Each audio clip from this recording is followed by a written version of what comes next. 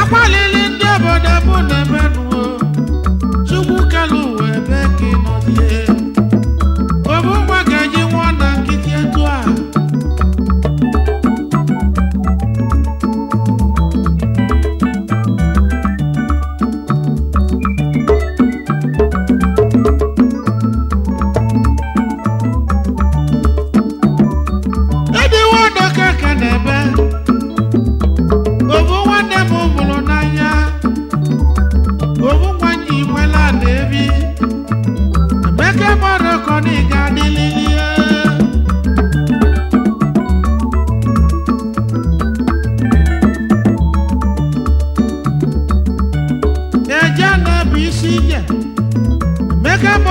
Niga Nata Makadani Wada Keke Wanemo Welusa Badamu Wajili Makamu Wekwemi Wanemu Noga Niligima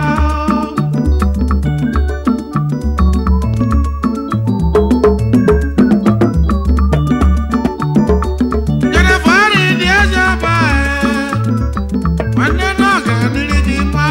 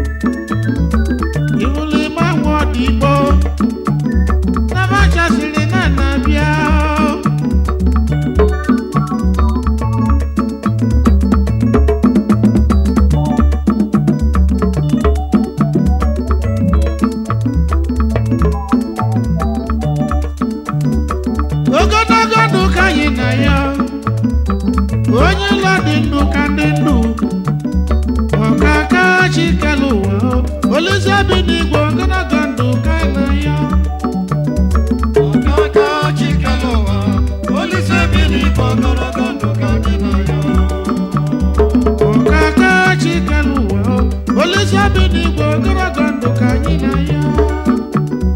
Ọkaka chikere ụwa, Olise bi n'igwe ogologo ndụ ka anyị na ya.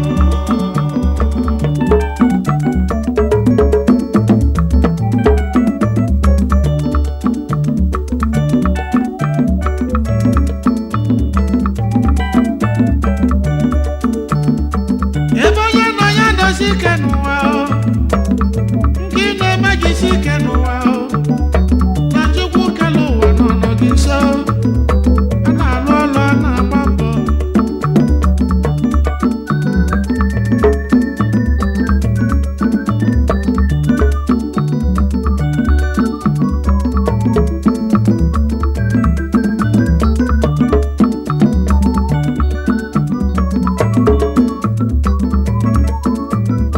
Sabanu ngwabịa onye ma anaghị ọka o, ọmịbọ na-amụ anaghị ọka agbago mụ na ọdẹ ka njem o, asịrị ndị ilo eme.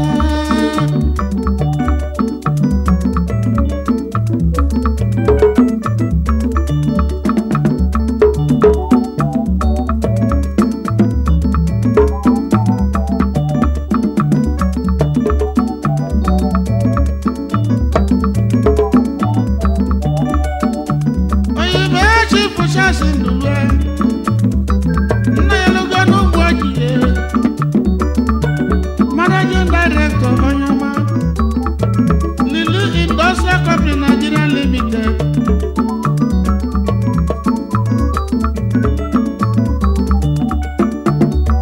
Ezigbo dị Angel Oyibo ndụwe, President General, Moonlight Social Club n'ugbo ojiye, onye ọma na ọ ga-adịrị gị mma o. Dealers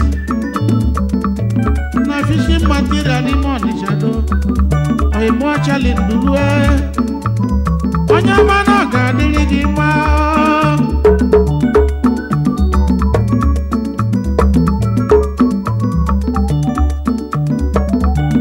Sylvester Udoji, nwoke ke na Anambụ o, Oyimo Melora na Anambụ nna tụgbu ugo n'ime Ọrọma o. Managing Director, Silver United Nigeria Limited. Ezigbo ndị Pauline Udezue, okeke onye mama, achala ugo nwanyị ọma o, isi eze nke na-eso okwu, onye ọma Polista nwanyị ọma o, onye ọma ndị Igbo chila ọzụ ha, eletrik nwanyị ọma o, onye ọma ndị Igbo chila ọzụ ha.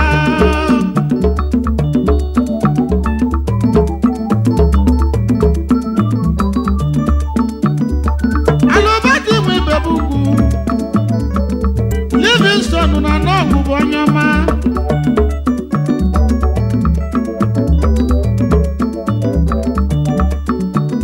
Managing Director, Asa Nigeria Limited,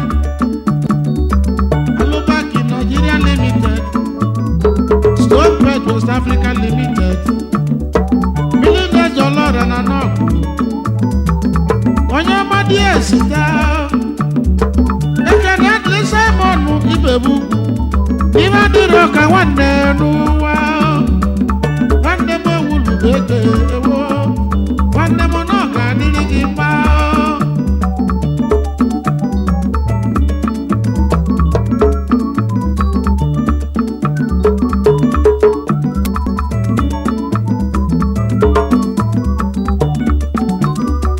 Olima dada lima onye olima bụ egwu m egwe mmiri. Olima dodo lima onye olima bụ egwu m egwe mmiri. Olima dada lima onye olima bụ egwu m egwe mmiri.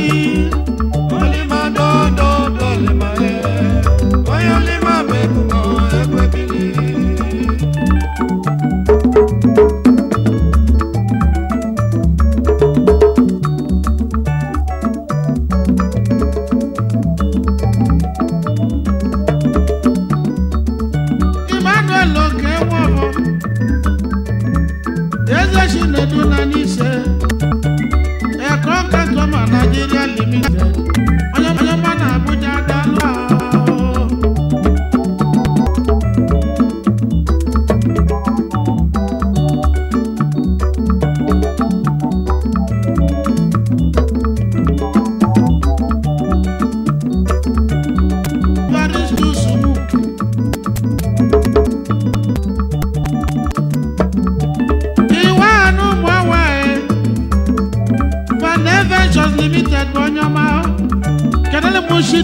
n'isu oyime chidimo n'isu oyime kwulọra n'isu ji abaghị onye ọma chidimo n'isu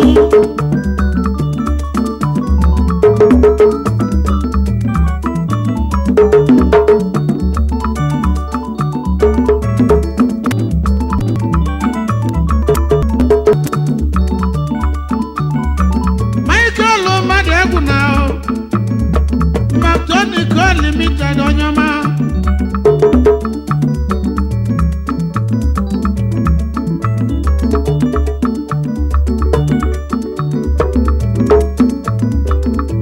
But we're not going to go. When the monoga did it, ma can any measure him up? Consumers and one about who many. We were very in the agony. Onye mmanụ ga-adịrị gị mma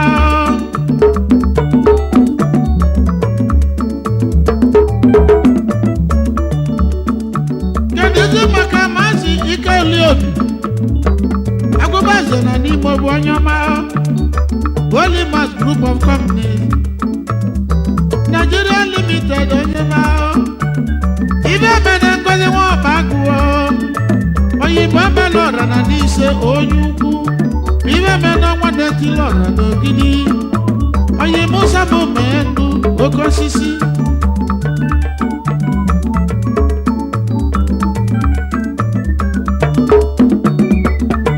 ebe n'iza ibe anyị chukwu ezi ike ebube dị ike na ana nka local furniture n'ime Ọnịsha do onye ọma na ọ ga-adịrị gị mma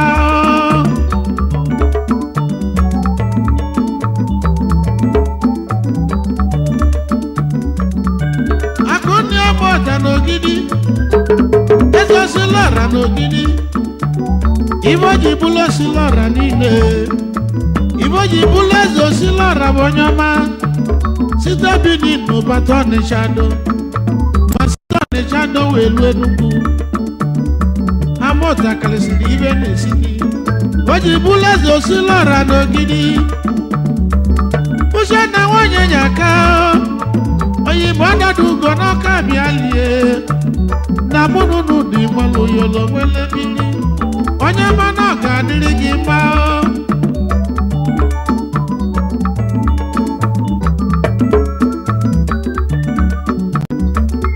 Sunday nwa mụọlụ okwu oyibo blessed Sonny blessed Sonny with blessed money eze chi nyere ude n'ọzọ ubulu egwu anyị ga-eji gba Disemba elugo egwu anyị ga-eji gba Disemba ọkaka chikelu uwe Olise bi n'igwe ogologo ndụ ka anyị na-ayọ ọkaka chikelu Olise bi n'igwe ogologo ndụ ka anyị na-ayọ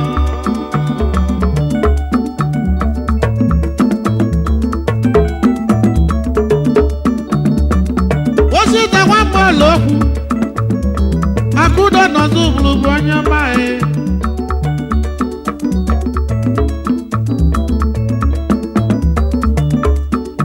oyibo chali eze udogwu ide nwanne tilọra n'ishida ide nwanne tilọra n'ishida onye ọma na ọ ga-adịrị gị mma sijee ọkavụ owele dị Igbo na Abuja ebube dike n'Ishida ọ ga-adịrị gị mma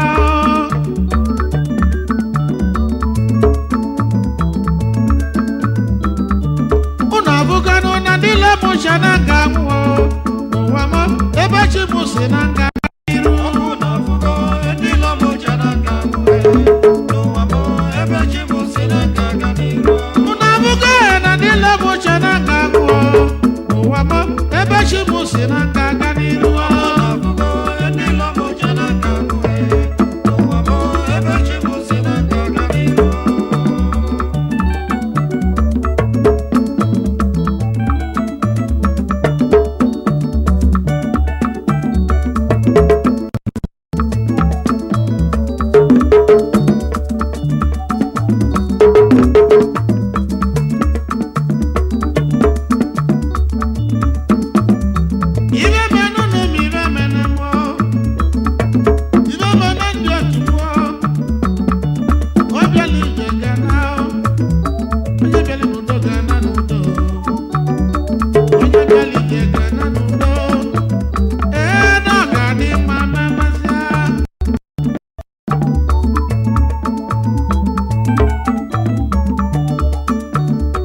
olima